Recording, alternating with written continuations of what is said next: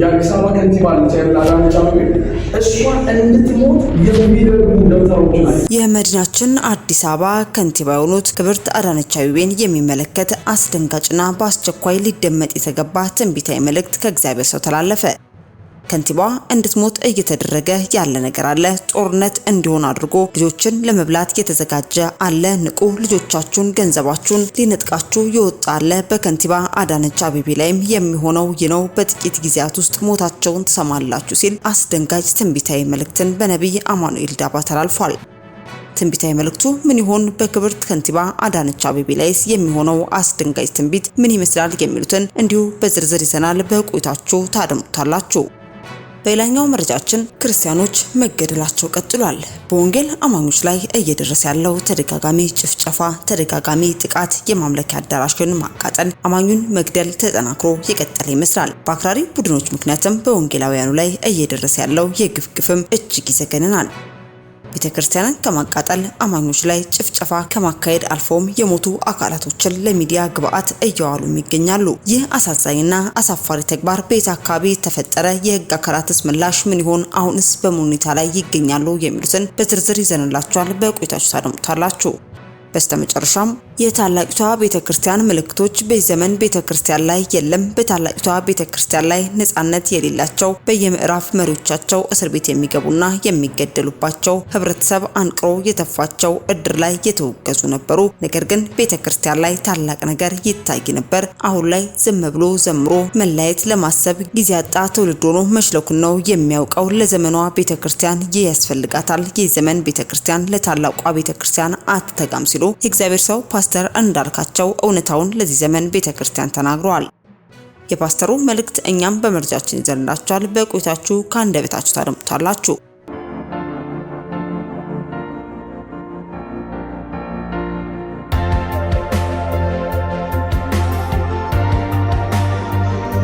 አስቀድመን ወደ ያዝንላችሁ መረጃችን ስናልፍ ቤተክርስቲያን ላይ በግፍ በተደረገ ጭፍጨፋ ምዕመናን መደብደባቸውን፣ ቤተክርስቲያን መቃጠሏና በርካታ ንብረትና የሰው ሕይወት መጥፋቱ ተሰምቷል። በዚች ቤተክርስቲያንና አማኞችም ሆን ተብሎ ታቅዶና ታስቦበት የወንጌል አማኞች ላይ ሃይማኖታዊ ጥላቻ ባለባቸው ግለሰቦችም አማኞችን በአሰቃቂ ሁኔታ ከጨፈጨፉ በኋላ ጸሎት ቤቱን በማውደም የሟቾችን አስክሬንም ለሚዲያ ፍጆታ እያዋሉት ይገኛሉ። ይህ ጭፍጨፋ ተደጋጋሚ መሆኑም ነገሩን ይበልጥ አስቸጋሪም አድርጎታል። ይህ ክስተት ዛሬም ክርስቲያኖችን በነጻነት ማምለክና መንቀሳቀስ እንደማይችሉ ያሳዩ ተግባራትም ናቸው። አይኤስአይኤስ የተባለ ጽንፈኛ ቡድንም በሞዛምቢክ ክርስቲያኖችን መግደሉንም ቀጥሏል። አሸባሪ ቡድኑ ባለፈው ሳምንት ብቻ ከ30 በላይ ሰዎችን ገድሎ ዶክመንት እያደረገ የሞቱ አካላቶቻቸውን ለሚዲያ ግብአት እያዋለም ይገኛል። በሞዛምቢክ ካቦ ዴልጋዶና ናምፑላ የተሰኘ ግዛትም ነው አሸባሪው አይኤስአይኤስ ቡድን አካል የሆነው አንሳር አልምሱና የተሰኘ ቡድንም ጥቃት እያደረሰ የሚገኘው። በግዛቶቹ የክርስቲያኖች ቤትና ቤተክርስቲያን ማቃጠልና ንጹሃን ክርስቲያኖችን መግደልም ዋነኛ ስራውም ነው። አሸባሪ ቡድኑ በዚህ ሳምንት ብቻ ወደ 20 የሚጠጉ የሞቱ ክርስቲያኖችን ፎቶዎችን በማህበራዊ ሚዲያ ያጋራ ሲሆን በምስሎቹም በቅርብ ርቀት ተኩሶ መግደል ሲታረድና ቤቶች ሲቃጠሉ ያሳያል። ባለፈው ሳምንት ለተፈጸሙ ጥቃቶች ሳይቀር ሙሉ ኃላፊነቱን እንደሚወስድም በግልጽም ተናግሯል። ቡድኑ ጥቃቶችን ካደረሰ በኋላ ወደ ካምፓቸው በሰላም መመለሱንም አስተባባሪዎቹ በግልጽም ተናግረዋል። ከ2021 ዓ.ም ጀምሮም ቤት ለቤት እየተዘዋወሩ ክርስቲያኖችን ለቅመው ማገትና መግደል ደግሞ የአደባባይ ስራቸውም ሆኗል። ተመድ የሽብር ቡድንም አንሳር አልሱናም በ2021 ከነበረበት 2500 ተዋጊዎች ወደ 280 ወርዷል ያለ ቢሆንም አሁንም ጥቃቱም አልቆመም። በአመጹ ብቻ እስካሁን ከ1 ሚሊዮን በላይ ሞዛምቢካውያን በሀገሪቱ ሰሜናዊ ግዛቶች ብቻ ተፈናቅለዋል። በቅርብ ሳምንታትም 50,000 ክርስቲያኖች ከመኖሪያ ቀያቸው ሲሰደዱ ከነዚህ መካከልም 60 በመቶ የሚሆኑትም ህፃናትም ናቸው። ሽብር ቡድኑ ጥቃት ማድረስ ከጀመረበት ጊዜ አንስቶም ከ6200 በላይ ክርስቲያኖች በሞዛምቢክም ገሏል። ይሁን እንጂ በአካባቢው የተፈጥሮ ጋዝም የሚያወጣ የፈረንሳዩ ቶታል ኢነርጂ ስራውን እየሰራም ይገኛል። ወርልድ ዋች ሊስትም ሞዛምቢክ ለክርስቲያን ከማይመቹ ሀገራት ተርታ 35ኛ ደረጃ ላይም ተቀምጣለች። ታዲያ ይህ ክስተትም በሞዛምቢክ ለሚገኙ ክርስቲያኖችም ፈታኝ ሁኔታ መሆኑን በግላጭም ያሳያል። በተለያዩ ስፍራዎች የምትገኙ ቅዱሳንም በዛ አካባቢ ለሚገኙ ክርስቲያኖችም በጸሎት እንድታስቡ ስንል እኛም በሚዲያችን ስም መልእክትን ማስተላለፍ ወደድን። አስከትለን ወደ ያዝንላችሁ መረጃችን ስናልፍ ጌታ በአምሳሉ ያበጀው የሰው ዘር ለአምላኩ አልታዘዘም። የምሕረት አምላክ ሆነው የሰራዊት ጌታ እግዚአብሔር በባሪያዎቹና በአገልጋዮቹ አንደበትም ወደ ንስሐ እንመለስ ዘንድ ቃሉን ይልካል። ያን ቃሉን አልሰማ ካልን ግን ሁሉን ማድረግ የሚችለው ጌታ እግዚአብሔርም የቁጣ እጁን ያሳርፍብናል። ዛሬም ሐዘንን ሞትን ሊያውጅም ቃል በተገባላት በተስፋይቱ ምድር ላይ ጌታ እግዚአብሔር ስለ ምድራችን ኢትዮጵያና በውስጧ ስለሚኖሩ ሕዝቦቿ ሲልም ክፉ ነገሮች ከመሆናቸው በፊትም አስቀድሞ በምድራችን ቀብቶ ባስነሳቸው ሐዋርያትና ነቢያት አንደበትም ቃሉን ልኮ ሲናገርና ሲፈጽም አይተናል። ዛሬም የሀገር ባለስልጣናትን በተመለከተ ከጌታ መልእክትም ተላልፏል። የሕዝብ ባለቤት የሆነው አምላክ እግዚአብሔርም በከንቲባዋ አዳነች አቤቤ ላይ ሰይጣን በቁጣ እንደተነሳባት ነብዩም ተናግሯል። ነብዩ በመልእክቱ እንደተናገረውም ከሆነ ጌታ እግዚአብሔር ይህን ያሳየኛል። የአዲስ አበባ ከንቲባ አዳነች አቤቤ እሷ እንድትሞት የሚደግሙ ደብተራዎችንም አየው። በእሷ ፈንታ ግን እነዛው ደብተራዎች መሞትም ጀመሩ። ስም ያላቸውም ናቸው። የከንቲባዋን ፎቶ ይዘው የዚህ ትውልድ ባርኮት እየመጣ ነው፣ መንገድ እየተሰራ ነው ብለውም እንገላለን ብለው ይወጡ አሉ። እግዚአብሔር ግን አዋርዶታል። ምድራችንን እናስመልጥ፣ አጋንንት ጦርነትን ፈጥሮ ልጆቻችሁንም ገንዘባችሁንም ይወስዳል። በእግዚአብሔር ፊትም ጸልዩ። ቄስ የሚመስሉ ኢትዮጵያ ውስጥም ስም ያላቸው ኢትዮጵያ ውስጥ ሲሞቱ ትሰማላችሁ። ቤተ ክህነት ላይ የዞሩ ቄስ ተብለው በመንግስት ሰዎች ላይ የሚደግሙ አሉ። እነዚህም ስም ያላቸው ቄሶች ግን መሞትም ይጀምራሉ። ጠብቁ በማለትም የእግዚአብሔር ሰው ነብይ አማኑኤል ዳባ በከንቲባ አዳነች አቤቤ ላይ ታቅዶ ያለና የጠላት ምክርና በቤተ ክህነት ላይ ያለውን ሚስጥር በማጋለጥም ተናግሮ እኛም ቃል በቃል ወደ እናንተ እንዲህ ባለ መልኩ አደረስን። በስተመጨረሻ ወደ ያዝንላችሁ መረጃችን ስናልፍ የታላቂቷ ቤተክርስቲያን ምልክቶች በዚህ ዘመን ቤተክርስቲያን ላይ የለም። በታላቂቷ ቤተክርስቲያን ላይ ነጻነት የሌላቸው በየምዕራፉ መሪዎቻቸው እስር ቤት የሚገቡና የሚገደሉባቸው ህብረተሰብ አንቅሮ የተፋቸው እድር ላይ የተወገዙ ነበሩ። ነገር ግን በቤተክርስቲያኒቷ ላይ ታላቅ ነገር ይታይም ነበር።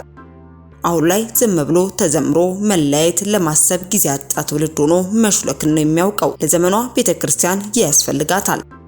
ይህ ዘመን ቤተክርስቲያን ለታላቋ ቤተክርስቲያን አትተጋም ሲሉም የእግዚአብሔር ሰው ፓስተር እንዳልካቸው እውነታውን ለዚህ ዘመን ቤተክርስቲያን ተናግረዋል። የፓስተሩ መልእክት እኛም በመረጃችን ይዘናል። ከአንደበታቸው እንድታረምጡት ጋበዝን።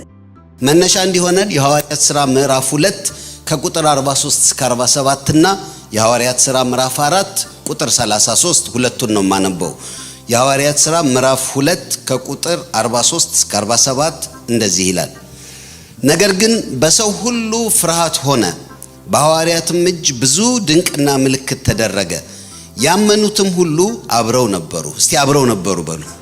አብረው ነበሩ። ያላቸውንም ሁሉ አንድነት አደረጉ። መሬታቸውንና ጥሪታቸውንም እየሸጡ ማንኛውም እንደሚፈልግ ለሁሉ ያካፍሉት ነበር። በየቀኑም ይላል። እስቲ በየቀኑም በሉ። ይኸው ያቺ የመጀመሪያው እውነተኛ ቤተክርስቲያን በየቀኑ የምታደርገውን ነገር ስሙ። በየቀኑም በአንድ ልብ ሆነው በመንፈስ ቅዱስ እየተጉ በቤታቸው እንጀራን እየቆረሱ በደስታና በጥሩ ልብ ምግባቸውን ይመገቡ ነበር። እግዚአብሔርንም እያመሰገኑ በሕያው ቃል መሰረት ደግሞ እያመለኩ በሕዝብ ሁሉ ፊት ሞገስ ነበራቸው። ጌታም የሚድኑትን ሁሉ ዕለት ዕለት በእነሱ ላይ ይጨምር ነበር። አሜን። ጠረኗ ሽቷ ደስ ይላል። አብራ የምትበላ የምትከፋፈል ራስ ወዳድነት የሌለበት ሁሉም ያለውን ተካፍሎ የሚኖርበት ሲበሉ እንኳ በጥሩ ልብ የሚበሉ መጥገብ ብቻ ሳይሆን ጥሩ ልብ ይዞ መጥገብ የለመዱ ጌታን በየቀኑ የሚያመሰግኑ ሁል ጊዜ ደግሞ አብረው የሚሆኑ የማይለያዩ የዘመኑ ፕራይቬት ላይፍ ስታይል ወይም ደግሞ ኢንዲቪጁዋሊዝም ያልነካካቸው ነበሩ። የነበሩበትንና ያገለገሉበትን ዘመንና ሁኔታ ኮንቴክስቱን ብታዩ አዲስ ሃይማኖት መጣ ተብሎ የተወለዱበት የአይሁድ መሪዎችም የሚቀጠቅጧቸው የነገስታት ደግሞ ሰራዊትም በየአደባባዩ የሚጎትታቸው እየወሰዱ በቀን ሁለቴ የሚታሰሩባቸው የሚገረፉባቸው ሁኔታዎች ነው የነበሩት። ጥቂት መሪዎች ነበሩ። አንዱን ገሎ ህዝቡን ደስ ያሰኘ ሲመስለው ሌላውን እየጨመረ ሄሮድስ ያሰቃያቸው የነበሩ ጥቂት ሰዎች ናቸው። መሪያችን የሚሉት መስራቻችን የሚሉት ከጥቂት ቀናት በፊት ተገሎ ተሰቅሎ እንደ ወንጀለኛ ተቆጥሮ ከዚያ በኋላ በተአምራት ተነስቶ አይናቸው ያየ ከፍ ከፍ ብሎ ደመና ሰውራ ይዛው ሄዳለች። ቀረን የሚሉት የለም። ትቶላቸው የሄደው ገንዘብ አካውንት ከፍቶ ህንጻ ተከራይቶ ሳይሆን ትቶላቸው የሄደው በስሙ መቀጥቀጥ፣ ትቶላቸው የሄደው በስሙ መሰደድ፣ ነገር ግን ትቶላቸው የሄደው ታላቅ ተልእኮ፣ ትቶላቸው የሄደ መንፈሱን ነበረ። እና ምዕራፍ 2 ላይ ስታዩቸው እነዚህ ጥቂት ሰዎች ያደርጉ የነበሩት ነገር በጣም አስገራሚ ነው። ምዕራፍ 4 ቁጥር 33ንም ላንብብላችሁና ወደዚህ ተመልሼ እመጣለሁ። ምዕራፍ 4 ቁጥር 33 ደግሞ በጌታ ስም አነባዋለሁ። እንዲህ ይላል ከቁጥር 32 ያመኑትም ሕዝብ አንድ ልብ አንዲት ነፍስ ነበሯቸው። አሜን አትሉ? ያመኑት አንዲት ልብ አንዲት ነፍስ። ቴዎሎጂካሊ ከባድ ነው። አንድ ነፍስ ሰው ሁሉ አንድ ነፍስ እንዴት ነው የሚኖረው? አብራራለሁኝ። ገንዘባቸውም ሁሉ በአንድነት ነበረ እንጂ ካለው አንድ ነገርስ እንኳን የራሱ እንደሆነ ማንም አልተናገረም።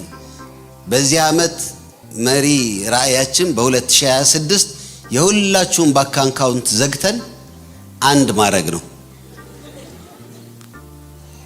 እንዴ ባይብል ሊትራል ነው እንላለን አይደል? አንዳንድ ትርጉም ላይ እንዴ ባይብል ሊትራል ነው የሚለው እንደዚህ ነው፣ ለምን አናረግም? የመጡ ሁሉ ይፈወሱ ነበር ይላል፣ ለምን አይፈወስም? እንል የለም። ሊትራል ከሆነ ይሄው ማንም ሰው በግሉ አካውንት አልነበረው፣ ምን አረጉት? ጌታ ይባርካችሁ። ገንዘባቸውም ሁሉ በአንድነት ነበረ እንጂ ካለው አንድ ነገር እንኳን የራሱ እንደሆነ ማንም አልተናገረም። ቁጥር 33ን ስሙ። ሐዋርያትም የጌታን የኢየሱስ ክርስቶስን ትንሣኤ በታላቅ ኃይል፣ እስቲ በሉት ይሄንን በታላቅ ኃይል በሉ እስቲ፣ በታላቅ ኃይል ይመሰክሩ ነበር። በሁሉም ላይ በሉ እስቲ ምን ነበረባቸው? ታላቅ ጸጋ። እስኪ ታላቅ ኃይል በሉ፣ ታላቅ ጸጋ በሉ እስቲ። የታላቅ ቤተክርስቲያን ምልክቶችን ከቅድም ካነበብነው ጀምሮ እንመለከታለን። እግዚአብሔር የተባረከ ይሁን። ቤተክርስቲያንን ታላቅ የሚያደርጓት የማያደርጓት ነገሮች እንደሚያደርጓት ሆነው የተሳለበት ዘመን ላይ ነው ያለ ነው። የቸርች ግሮዝ ተማሪ የሆናችሁ ወይም ያነበባችሁ ሰዎች ብትኖሩ ቤተክርስቲያንን ለማሳደግ የሚነገሩ ቴክኒኮች ወይም ደግሞ የሚነገሩ አሰራሮች አሉ። አብዛኞቹ የምዕራባውያን ቤተክርስቲያናት አሰራር ችግር አልነበረባቸውም። ኦርጋናይዜሽን በጣም ኤፊሽንት ናቸው። ስትራክቸር መስራት በደንብ ያውቁበታል። የገንዘብ ችግር ብዙ አልገጠማቸውም። እንደኛ ሞርጌጅ ለመክፈል የሚታገሉ አልነበሩም። በደህና ጊዜ ትልልቅ ቤተክርስቲያንን የሰሩ ናቸው። የፋይናንስ ችግር አልነበረባቸውም። ስደት የለባቸውም። በነፃነት ይሰብኩ ነበር። ለምንድነው ታዲያ ቤተክርስቲያን በሚገባት መንገድ ያልሄደችው? እቺኛዋን ደሞ ስታዩት ከገንዘብ የሌላቸው ያላቸውንም በአንድ ላይ አድርገው ያስቀመጡ፣ ነፃነት ያልነበራቸው፣ በየምዕራፉ እስር ቤት መሪዎቻቸው የሚገቡና የሚገደሉባቸው፣ ሶሳይቲ አንቅሮ የተፋቸው፣ እድር እንዳይገቡ የትም እንዳይደረጉ ያወገዛቸው ሰዎች ናቸው። ነገር ግን በዚች ቤተክርስቲያን ላይ ይታዩ የነበሩት ነገሮች ግን ታላቅ ናቸው። ወንጌልን ትንሣኤውን በታላቅ ኃይል ይሰብኩ ነበረ። በሁሉም ላይ ደግሞ ታላቅ ጸጋ ነበረባቸው። ዛሬ የምጸልየው እግዚአብሔር ወደ ዘመኗ ቤተክርስቲያን ይሄንን ይመልስልን። ታላቅ ኃይል ይመለስ፣ ታላቅ ጸጋ ይሙላብን። ማንም ሰው ከጸጋ ውጪ እንዳይሆን እግዚአብሔር ይርዳን።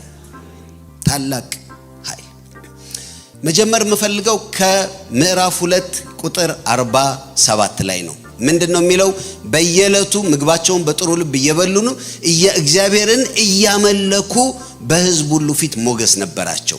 ታላቅ ቤተክርስቲያን የመጀመሪያ ምልክቷ እግዚአብሔርን ማምለክ ነው። የታላቅ ቤተክርስቲያን ምልክቷ እግዚአብሔርን ማምለክ ነው። ጀጅመንታል ሆኜ አይደለም። የህመሙ ሲምፕተም ግን በደንብ ቁልጭ ብሎ ይታየኛል። ዘመናዊ ቤተክርስቲያናትና ዘመናዊ አሰራር ምዕራባውያንን ሲይዛቸው መጀመሪያ ትኩረት ያደረጉት ዋናውን ነገር እየተዉ ትርፍ ነገሮች ላይ መንጠልጠል ጀመሩ። ሰዓት ማክበር በጣም ጥሩ ነው፣ ግን አምልኮዋን ምን አርጓት? ብዙ አታስረዝሟት፣ እስቲ አጠር አርጓት። ጸሎቷን እንደውም ብዙ ጊዜ ይገርመኛል። እስቲ አጠር አርገን ጸልይልን፣ አጠር አርገሽ አምልኮዋን ምሪልን፣ አጠር አርገህ እግዚአብሔርን ቃል አሰማን። ታይም ላይ ነው እንጂ ኮንቴንት ላይ እግዚአብሔር ምንድነው የሚፈልገው? አምልኮ የሚያመጣው ለውጥ ምንድነው? ኢምፓክት አለው ወይ ነው? ጀስት ዝም ብሎ ዘምሮ መለያየት ነው? ለዚህ እንኳን ለማሰብ ጊዜ የለም።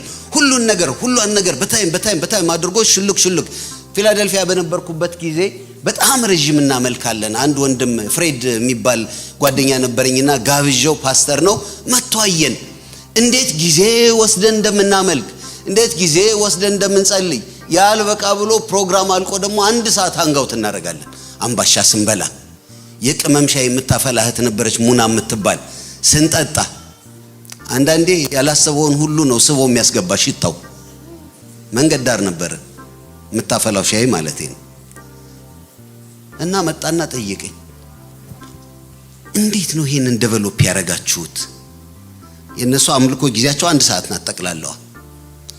እና ምን አልኩት? ፎራስ አልኩት እንኳን እንደ ኢሚግራንት ቀርቶ ኢሚግራንትም ባንሆን ቸርች ኢዝ ሰከንድ ሆም 168 ሰዓት በሳምንት አለ።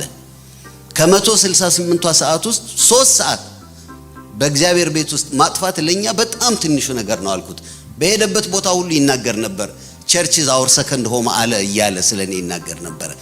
ወንድሞቼና እህቶቼ ተመልከቱ፣ እነዚህ ሰዎች they want to make sure በየዕለቱ እግዚአብሔርን ኤክስቴንድድ በሆነ መንገድ ያመልኩት ነበር። ጌታም ደግሞ ሞገስ ይጨምርላቸው ነበር። አንድ ዘኔ ይመስለኛል ባለፈው ሲናገር እኛ ስንቆርጥ ሁሉ ጊዜ የምንቆርጠው የምናሳንሰው ከእግዚአብሔር ነገር ላይ ነው አለ። ገንዘብ ቢያጥረን መጀመሪያ የምንቆርጠው ከአስራት ነው። ጊዜ ቢያጥረን መጀመሪያ የምንቆጥረው ከአምልኮና ከጸሎት ነው። የሆነ ነገር ቢያጥረን መጀመሪያ ከእግዚአብሔር ነገር ነው። የሚመጣው ዘመን ግን የታላቋ ቤተክርስቲያን ምልክቶች ወደኛ የሚመለስበት ይሆን። ቅድሚያ ለእግዚአብሔር እስቲ አሜን በሉ። ያመልኩ ነበር፣ ጌታ ደግሞ ሞገስ ይጨምር ነበር። ያመልኩ ነበር፣ እግዚአብሔር ሞገስ ይጨምር ነበር። ይሰሙ ነበረ። በአምልኮ የሚሆኑም ታላላቅ ነገሮች ነበሩ። የእግዚአብሔር የአምላካችን ስም ለዘላለም የተባረከ ይሁን። ዛሬ ስለ አምልኮ ብቻ ተናግሬ 5 ደቂቃ ቶሎ ብዬ ጨርሳለሁ። በሐዋርያት ሥራ ምዕራፍ 2 ቁጥር 43 መሰረት በተለይ በሕያው ቃል እንዲህ ነው የሚለው፣ በየዕለቱ በቤተ መቅደስ እየተሰበሰቡ ጌታን ያመልኩ ነበር። እኛ በየዕለቱ አይደለም እንሰበሰበው። እነሱ ግን ያደርጉ የነበሩት ነገር ስራ ፈቶች አይደሉም፣ አሳጥማጆች በአብዛኛው ገበሬዎች ነበሩ። በየዕለቱ በቤተ መቅደስ እየተሰበሰቡ ጌታን ያመልኩ ነበር። ቁጥር 46 ላይ የእግዚአብሔር ስም የተባረከ ይሁን።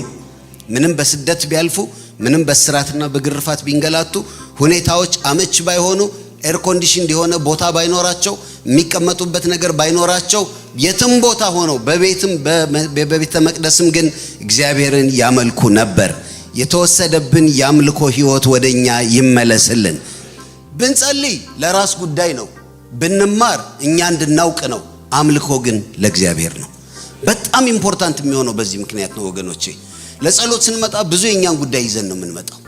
ቁጭ ብለን ኢንስትራክትድ ብንሆን በእግዚአብሔር ቃል ብንማር የኛን ህይወት ለማስተካከል እግዚአብሔር የሚመራበት መንገድ ነው። አምልኮ ግን መስዋዕት ነው። አምልኮ ግን ይሄው ላንተ ማለት ነው። ይዤ መጣሁ ማለት ነው። ነቢያት ይጠይቁ ነበር፣ ምን ይዤ በእግዚአብሔር ፊት ልቅረብ?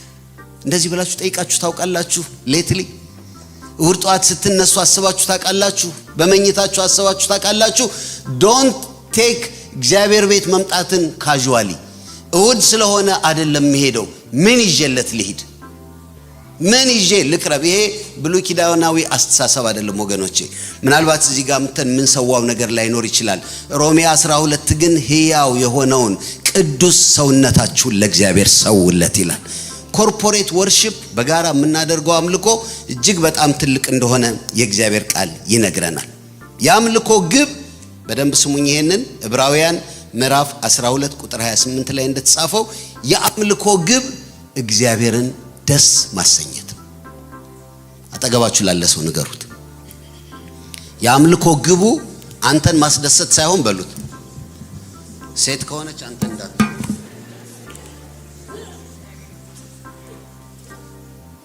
በሉት እንደገና እስቲ በጌታ የአምልኮ ግብ ጌታን ማስደሰት። እግዚአብሔር የተባረከ ይሁን። ምን እንደሚል ታውቃላችሁ? ዕብራውያን 12 ላይ ስለዚህ የማይናወጥን መንግስት ስለምንቀበል በማክበርና በፍርሃት እግዚአብሔርን ደስ እያሰኘን የምናመልክበትን ጸጋ እንያዝ ይላል። አምልኮ እግዚአብሔርን ማስደሰት ነው። እስቲ አሜን። እሑድ ጧት ስነሳ እስቲ ሂጅ አስደስቸው ልምጣ። ሃሌሉያ። እስቲ ላስደስተው እግዚአብሔርን። እግዚአብሔር በአምልኮ ደስ እንደሚለው ብዙ ጥቅሶች ሰጣችኋለሁ በትዕግስት ከሰማችሁኝ። ነገር ግን በእውነቱ በአሁኑ ጊዜ አምልኮ እግዚአብሔርን ለማስደሰት ነው እኛን ለማስደሰት ነው እያደረግን ያለው? የኛን ስሜቶች ለማነሳሳት ብቻ ነው ወይንስ መሳሪያውም ተጨምሮ ድምጹም ተጨምሮ እነዚህን የመሰሉ ድንቅ ዘማሪዎች እግዚአብሔር ሰጥቶናል፣ ዝማሬውም ተጨምሮ የሁሉ ማሰሪያና መቋጠሪያው ግን አንተን ደስ ያሰኝህ? እስቲ አሜን። በፍርሃት በመንቀጥቀጥ ኃላፊነት ወስደን የተዘጋጀ ከተማ እንዳለን እያሰብን እግዚአብሔር የጠራን በድንቅ አጠራሩ እንደሆነ እያሰብን እሱን ለማስደሰት የምናመልክበት ዘመን ይምጣ። አሜን አሜን አሜን። አጨብጭቡ ለእግዚአብሔር ክብር። እግዚአብሔርን ደስ የምናሰኝበት ዘመን ይምጣ። ክብር ለሱ ይሁን። ምክንያቱም የእውነተኛ አምልኮ ግቡ ጌታን ማስደሰት ስለሆነ ይፈልገዋል። እግዚአብሔር በደንብ ይፈልገዋል። ዮሐንስ ምዕራፍ 4 ላይ ከሳምራዊቷ ሴት ጋር የተነጋገረውን ነገር ልንገራችሁ። ኮንቴክስቱን ብታውቁት በጣም ደስ ይለኛል። ሳምራውያንና አይሁዳውያን በጣም ጠበኛ ስለነበሩ አንዱ አንዱን እንኳን አብሮ ማምለክ ማየት ስለማይፈልጉ የአምልኮ ቦታቸው የተለያየ ነበር። አይሁዳውያን ኢየሩሳሌም በቤተ መቅደስ፣ በሌሎች ከተማዎች በምኩራብ ያመልካሉ። ሳምራውያን ደግሞ በጥቁጥርም ጥቂት ስለነበሩ ገሪዛም የሚባል ተራራ ላይ ማውንት ገሪዛም ያመልኩ ነበር። የራሳቸው ውሃ መጠጫ ጉድጓድ ነበራቸው።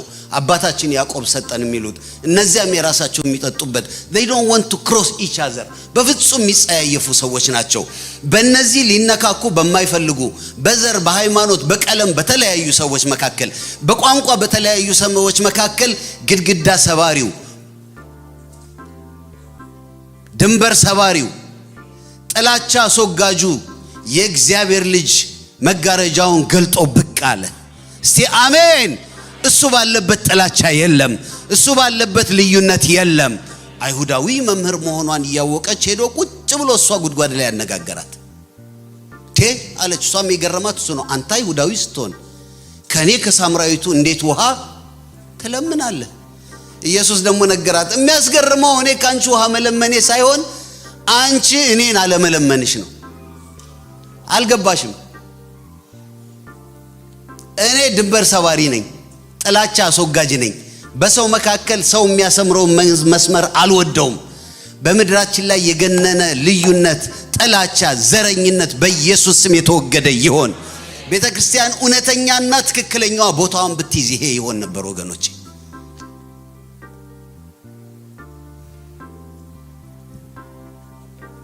እና እዛ ተራራ ላይ ነው የምናመልከው አለችው። she was proud። ይሁን ታይዋል ያንን አባታ ይሄው ታይዋል በአባታችን ያዕቆብ የሰጠን ውሃ እዚህ ታጥበን የምናመልከው ደግሞ እዛ ገሪዛም ገራዚ የሚባለው እንትን ላይ እኛ የምናመልክበት የራሳችን መንገድ አለን። ባይዘው ታሪኩን ብትመለከቱት ሳምራውያን በጣም ስሜታውያን ናቸው። አምልኳቸውም በጣም ኃይለኛ ነው። በቃ እንደኛ ኪቦርድ በሉት። ምን ነው አኮረፋችሁ ዛሬ? ትዝ ይላችኋል ኤልያስ ከበዓል አማላኪዎች ጋር ሲነጋገር እሱ ዝም ብሎ ቆመና ምን አለ? አንተም አምላክ እኔም ደግሞ ያንተ ባሪያ እንደሆንኩ እንዲታወቅ እሳትህን ጣል። እነሱስ ግማሽ ቀን ሙሉ ምን እያረጉ ይላል? መስዋዕተ ሰርኩን እየዞሩ። እንዴት ነበር የሚዞሩት? በአንድ እግራቸው እያነከሱ፣ ሌላስ እየጮሁ፣ ሌላስ ትንቢት እየተናገሩ ግማሽ ቀን ሙሉ ፊዚካሊ ኢሞሽናሊ ኤክስፕሬሲቭ የሆነ ወርሺፕ ነበር የተለመደው። ደም እዚህ ጋር እየዋጠጡ ደማቸውን እያፈሰሱ። ይሄ ሁሉ ለማን ነው? ለአምላካቸው ብለው ነው ያሰቡት። ግን የሚሰማም አልነበረም፣ ድምጽም አልነበረም ይላል እግዚአብሔር ቃል። እና ሳምራውያኖቹ በጣም በስሜት ነው የሚያመልኩት። ሙቀት አለ እዛ ሰፈር። አይሁዳውያን ደግሞ የምታውቋቸው ናቸው። ሁሉ ነገር በስነ ስርዓት ናት። ቤተ መቅደስ ትገባለህ፣ ካህኑ ያለውን ትሰማና ተሰጦ ትቀበላለህ። በላይ ተባልከውን ትላለህ። ሁሉ ነገር በስርዓት ናት። ኬር የምናደርገው ስለ ህግ ነው። ኬር የምናደርገው ስለ ተሰጠን ፔንታቱክ ነው። ስለ ኦሪት ዘፍጥረት ዘጸአት ስለ ህጉ ነው። ጸጥ ብሎ ነው የሚያመልኩት። እዛ ሙቀት አለ፣ እዚህ ውቀት አለ። መጣ ልዩነት የማይወደው ባውንደሪ ብሬከሩ ቅጥር ሰባሪው የእግዚአብሔር ልጅ ኢየሱስ መጣ። እናንተ በሙቀት ስትመኩ፣ እናንተ በውቀት ስትመኩ፣ ሰው እንዲህ ነቅነቅ ካለ ነው የሚሉት አይሁዳውያን። እነዛ ደግሞ ፈዘዝ ካላችሁ መሬቱን ምን አድርገው? አሜን ብቻ ነች የገባት። አምልኮ መሪዎች ሰምታችሁ አታውቁም እንዴ? መሬቱን ለቀቅ አድርገው ሲሉ እኛ ጋር ስለማይሉ አላስለመዱንም። ለቀቅ አድርገው መሬቱን ነው የሚሉት። ይሄ በጣም የታወቀ ነገራቸው እና እንዴት አድርገው አንዳቸው ጋር ይድረሱ? ይሄም የኔ ነው ትክክል ብሎ ይጨፍራል፣ ያም የኔ ነው ትክክል ብሎ ቆሞ ቀርቷል። ይሄ በቃልና በሕግ ይመካል፣ እነዚህ ደግሞ በዝላይና በሙቀት ይመካሉ። የኛ ውሃ የኛ አምልኮ፣ የኛ ጉድጓድ የኛ አምልኮ ተለያይቶ በቃ ኢየሱስ መጣ። አረ እንደው ይምጣልን ባካችሁ። አገር ከሀገር የሚያገናኝ፣ መንደር ከመንደር የሚያስታርቅ፣ ህዝብ ከህዝብ የሚያስማማ የእግዚአብሔር ልጅ ኢየሱስ በኃይል ይገለጥ በእኛ መካከል። አንቺ ያላት ነገራት ብዙ ነገር። አዎ ከዛ እሷ የምታውቃትን ቴዎሎጂ በሙሉ ዘረገፈች። እናውቃለን እኮ መሲህ እንደሚመጣ ምናምን እናውቃለን አለችው፣ ነገራት። መጨረሻ ግን ያላትን ስሙ። እግዚአብሔር በዚህ ተራራም በዛ መቅደስም የማይመለክበት ጊዜ ይመጣል። እሱም አሁን ሆኗል። እንግዲያውስ እግዚአብሔርን የሚያመልኩ በመንፈስና በእውነት ያመልኩታል። አብ ደግሞ አለ አባቴ ደግሞ እንደነዚህ ያሉትን ይሻል። እንዲህ ብሎ አይኑን በማጉያ እንደዚህ በባይናኩላር ያያል። በእውነትና በመንፈስ የሚያመልክ ሲያገኝ በጌታ በኢየሱስ ስም በዚህ መንፈስ ይባርካችሁ። እውነተኛ ያርገን፣ በመንፈሱ የምንገዛ ሰዎች ያርገን። አሜን ነው ወይ? የኔ ስርዓት የኔ የምለው ነገር ሁሉ ዛሬ በክርስቶስ ኢየሱስ ስም የተራገፈ ይሁን። ጆን ካልቪን ሰዎች ይተቻቹ ነበረ። አወር ሪፎርመር ሲስተማቲክ ቴዎሎጂያን ይተቻቻሉ። አረ ሲመለክ አይሸበሸብም፣ አረ አይጨበጨብም፣ እንትን ብቻ ነው የሚፈቀደው፣ ይሄኛው አይፈቀድም እያሉ እሱ ትልቅ ቴዎሎጂያን ነው። ጠየቁት፣ እንደው ለመሆኑ መንቀሳቀስ መደነስ ይፈቀዳል? አምልኮ ላይ ማጨብጨብ ይቻላል? የቱ ነው የሚቻለው የቱ ነው የማይቻለው አሉት። ስሙኝ አለ፣ ዋናው ነገር አለ ጭብጨባም ሽብሸባም እልልታ ምንም ነገር ዋናው ነገር በልብ ይለፍ እንጂ በልብ ካለፈ ተቀባይነት አለዋል። እንድቹ ዝቹ ላይ ከሆነች ዝቹ ነው የምትቀረው። የምታረጉትን ሁሉ በልብ በኩል ያሳልፍላችሁ። ለምን? እግዚአብሔር የልብ አምላክ ነው። ግን እግዚአብሔር በአምልኮ ደስ ይለዋል። ባጭሩ ዳዊት እንዲህ ያለ መዝሙር 51 ላይ ደስ የሚል ቢሆን ኖሮማ የተቃጠለው መስዋዕት ደስ ቢልህ ኖሮ ባቀረብኩልህ ነበር ፍሪዳውን ሁሉ። ግን አንተ በሱ ደስ አይልህም። የእግዚአብሔር መስዋዕት የተሰበረ መንፈስ ነው።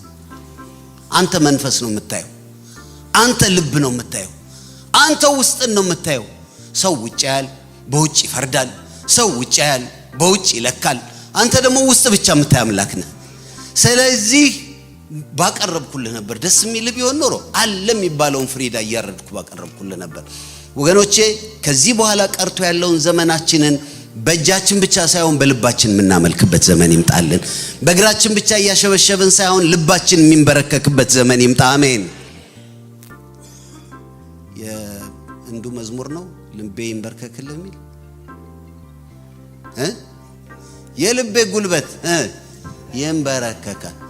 የልባችን ጉልበት ተልጦ ተፍቆ ይሄ እንዲፋቅ አይፈልግም ጌታ። ይሄ የልብ ጉልበት ሃሌሉያ ሃሌሉያ። እንደነዚህ ያሉትን አብ ይፈልጋል። የአምልኮ ግብ በሉኝ እስኪ ለመጨረሻ ጊዜ አምልኮ ግቡ በሉ። እኛን ሳይሆን በሉ እስቲ እግዚአብሔርን ደስ ማሰኘት ነው። አንዳንዶቻችሁ ምን አለበት እኛስ ደስ ብንል ትላላችሁ። መልሱም ባጭሩ ልንገራችሁ፣ እግዚአብሔር ደስ ካለው እኛ ደስ ይለናል። ደስታው ኃይላችን ነው። እስቲ አሜን። እግዚአብሔር ደስ ካለው ብቻ ነው እውነተኛ ደስተኛ የምንሞላው። እግዚአብሔርን ደስ የሚለውን አምልኮ በየዕለቱ ጌታን የምታመልክ ነፍስ እሷ የታላቅ ቤተክርስቲያን አካል ናት። እግዚአብሔርን ማምለክ መዝሙር መዘመር ብቻ ነው አይደለም። ነገር ግን መዝሙር መዘመር ዋናውና አንደኛው ነው።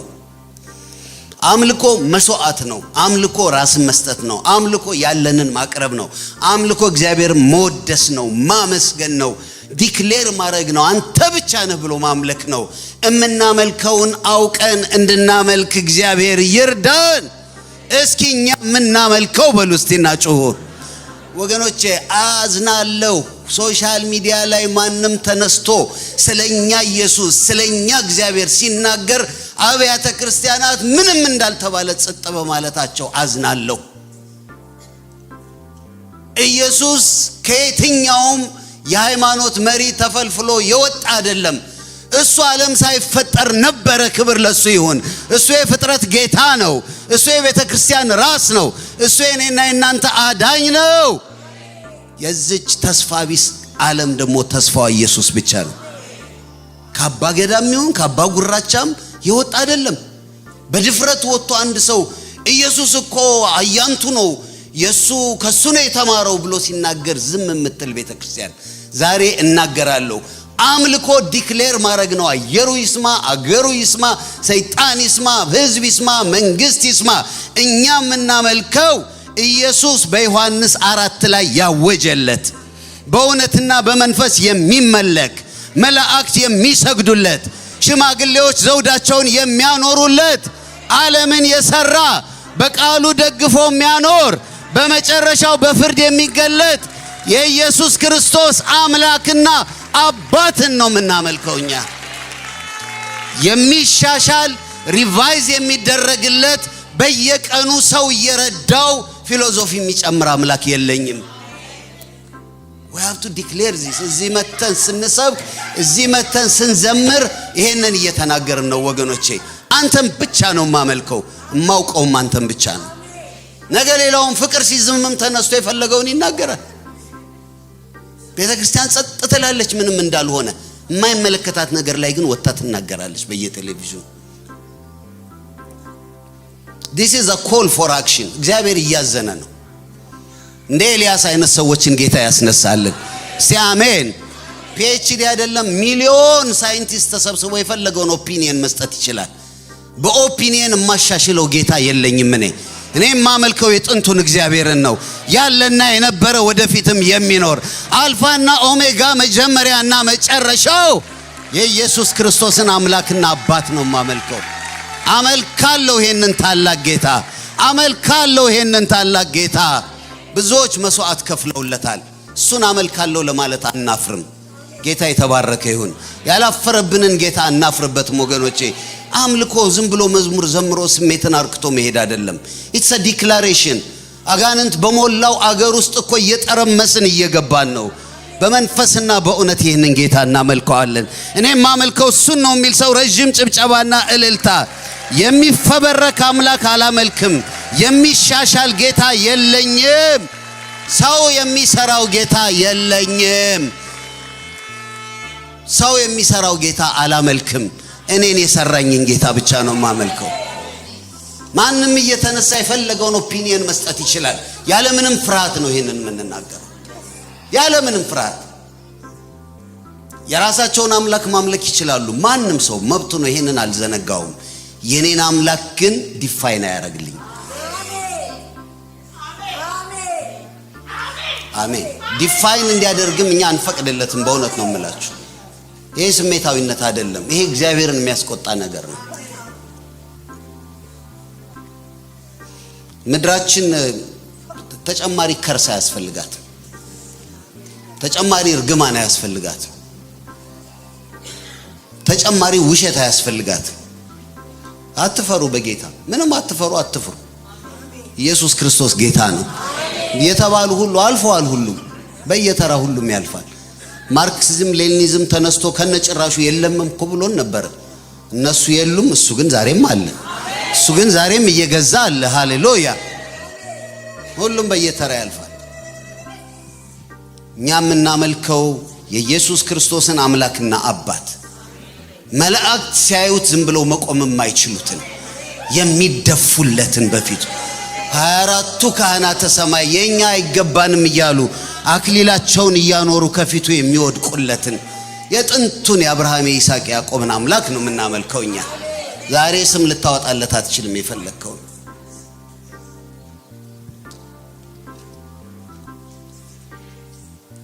እናመልከዋለን።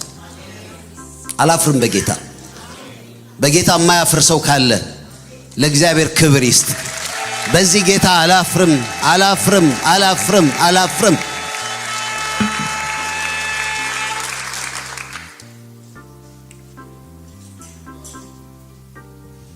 መመለክ የሚገባው እሱ ብቻ ነው ያለችው። ዝቅ ብዬ ሳየው አፈሩን ትላንት የነበሩት ዛሬ እየረገጥናቸው ስንሄድ መመለክ የሚገባው እሱ ብቻ፣ መወደስ የሚገባው እሱ ብቻ፣ ሊዘመርለት የሚገባው እሱ ብቻ። እርዳታ ፈልጎ እንዳይመስላችሁ ከኛ ምን ጎሎበት እሱ። ግን ወገኖች እኛ ተጨማሪ ከርስ አያስፈልገንም፣ ለምድራችንም ለኛም ለልጆቻችንም። እንዳውም ያለውን እያጠራን እያስወገድን ነው የምንሄደው። በኢትዮጵያ ላይ እግዚአብሔር ብቻ ይንገስ። እኛ የምናመልከው የዘላለም አምላክ እግዚአብሔር ብቻ ይንገስ። የሚፈበረክ አምላክ የለንም። ገና ፋይንድ አውት ያላረግነው አምላክ የለንም። የታወቀ ጌታ ነው የምናመልከው። እስቲ አሜን። የፈጠረውን ደግሞ ደግፎ የያዘ ጌታ። እስቲ አምልኮ በሉና ተናገሩ። ዓላማው በሉ፣ ግቡ በሉ። እኛን ሳይሆን እሱን ማስደሰት ነው። ጌታዬ ሆይ በዘመኔ ሁሉ አንተን አስደስቼ እንዳልፍርዳል። አባባት ሆይ ፈልገህ እንዳታጣ፣ በመንፈስ በእውነት የሚያመልክ ሰው ፈልገህ እንዳታጣ። ይህን ትውልድ በኢየሱስ ስም አይኑን እንድትመልስ፣ ልቡን እንድትመልስ፣ ወደ እውነተኛው አምላክ እንዲመለስ እንድትረዳን ጸልያለሁ። አባቶይ ስለ ሁሉ ክብር ለአንተ ይሁን፣ ስምህ ይባረክ። እንቆምና እንጸልያለን። ኢየሱስ ጌታ ነው። በጭብጨባ በእልልታ ለዚህ ጌታ ክብር እንሰጣለን። አጨብጭቡ፣ አመስግኑት፣ ጌታን አመስግኑት። ክብር ለሱ ይሁንለት፣ ክብር ለሱ ይሁንለት፣ ክብር ለሱ ይሁንለት፣ ክብር ለሱ ይሁን። አሜን፣ አሜን፣ አሜን፣ አሜን፣ አሜን፣ አሜን። ውድ የሻሎም ቲዩብ አድማጭና ተመልካቾቻችን ለሰዓቱ ያዝንላችሁ መረጃ ያደመጣችሁትን ይመስል ነበር። በሌላ አዳዲስ መረጃዎች እስከምንገናኝ መልካም ቆይታ